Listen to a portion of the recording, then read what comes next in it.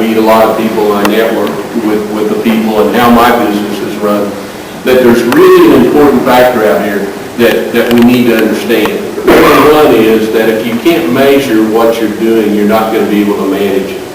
If you can't measure it, you don't have any benchmark to know, are we going the right way, or which way are we going, or which way that we should be going. And the other thing is that everything seems to be connected. I heard that here a while back, and I thought there's no way. How can everything in the world be connected? But back in 1995, I visited the USDA here in Washington, D.C., and I was chairman of the Ag Transport at that time. And we sat down around a conference table over at USDA, and we sat down and started talking about transportation. And at that point in time, the gentleman looked at me and he said, Shorty, I'm really glad you're here, and I'm hearing what you're saying. But what's trucking have to do with agriculture? I don't understand. But we've got to understand that transportation is a huge piece, and I try to look at things as a link in the chain of success.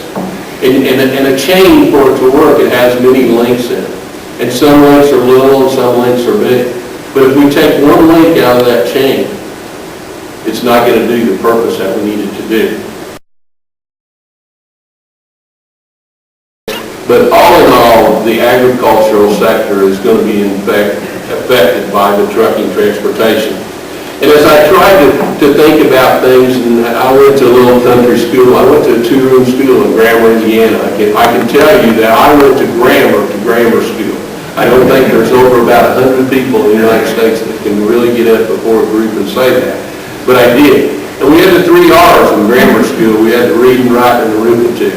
But as I look at the things that are really involved in the world out here today, I think about the 3 C's that we're talking about.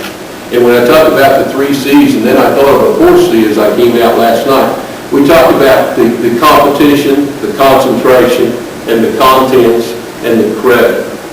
And if we look at the competition out here in today's world about what's happening in trucking and agriculture, we see a change. We see a big change. We have a competition of, well, somebody else needs that truck, and that truck's not going to be around like in some of the older days or some of the days not so distant back.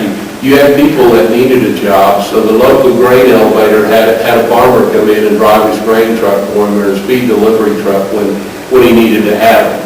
Some of those days have now passed because those people have found jobs at the Walmart distribution center, or they've got a job at the local where they're taking rail cars or trucks off of the rails and moving them on to their final destination, and some of those kinds of things.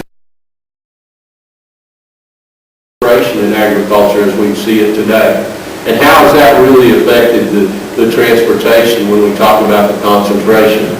I don't know if you know it or not, but there's about 65,000 farmers in the United States today that control 85% of the productivity of the whole agriculture in the United States. That's changed the way these people do businesses.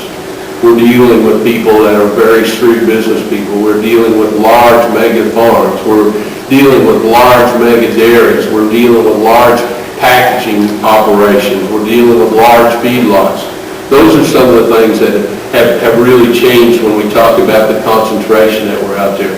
We look at the new and the renewable fuel situation, that we look in the Midwest, and we've got the concentration of those ethanol plants and those biodiesel plants that's close to the feedstock. But there's not a whole lot of cars located in a small town in central Iowa as there are cars in Washington, D.C. And how do we move that product from where the concentration places are to where it needs to go? It's presented a new challenge. In the fertilizer industry alone, we've lost about 85% of the nitrogen production facilities that used to be in the United States from the high energy because of the natural gas and the labor and the air permitting and all those kinds of things. And those facilities have moved offshore. And so for them to get that product back in, to have it where it needs to be used in the Midwest, we have a challenge because we have certain concentrated ports in the United States of where those big boats can come in and they can unload. And then how, as we as a transportation industry, the challenge to get it moved back into the Midwest and get it moved to the farmer that needs to have those products on a timely basis.